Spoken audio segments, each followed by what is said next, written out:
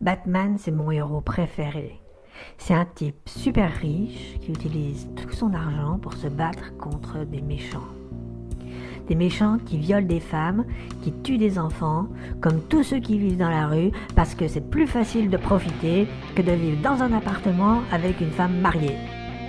Bon, c'est vrai, il n'utilise pas tout son argent, Batman. Son serviteur fait attention, sinon il deviendrait pauvre. Et il deviendrait un criminel lui aussi.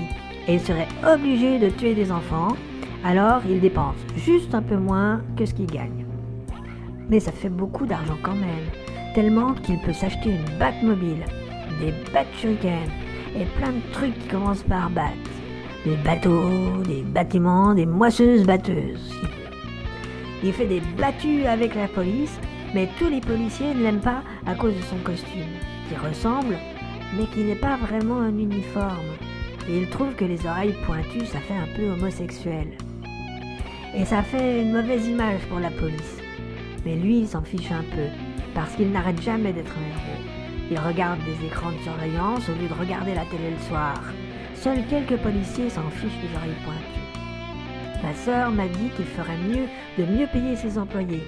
Il pourrait payer des cours de peinture à leurs gosses, leur faire plaisir, ils seraient moins stressés, heureux de vivre et qu'il y aurait moins de criminels et de mendiants. Mais s'il faisait ça, il finirait pauvre. Et il ne pourrait plus du tout payer ses employés, et il y aurait encore plus de mendiants, et il y aurait encore plus de femmes violées dans la rue, et ça serait bien fait pour ma sœur.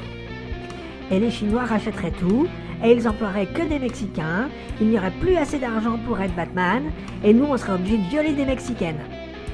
Ma sœur m'a dit qu'il n'avait pas besoin de dépenser tout son argent, seulement avoir une maison plus petite, dépenser moins d'argent, ne pas engraisser des actionnaires, et tout le monde serait content, que le monde serait plus agréable à vivre pour tout le monde. Sauf que dans ce cas-là, à quoi ça ressemblerait un film de Batman ? Le film d'un alcoolique en bas de chaussons, portant une batte-robe de chambre, avec même pas Fox News, et qui serait obligé de regarder des documentaires sur la peinture ? Mon père a bien raison. Ma sœur, c'est une communiste, il faudrait tous les noyer à la naissance. Le problème, c'est que les bébés, ça parle pas encore.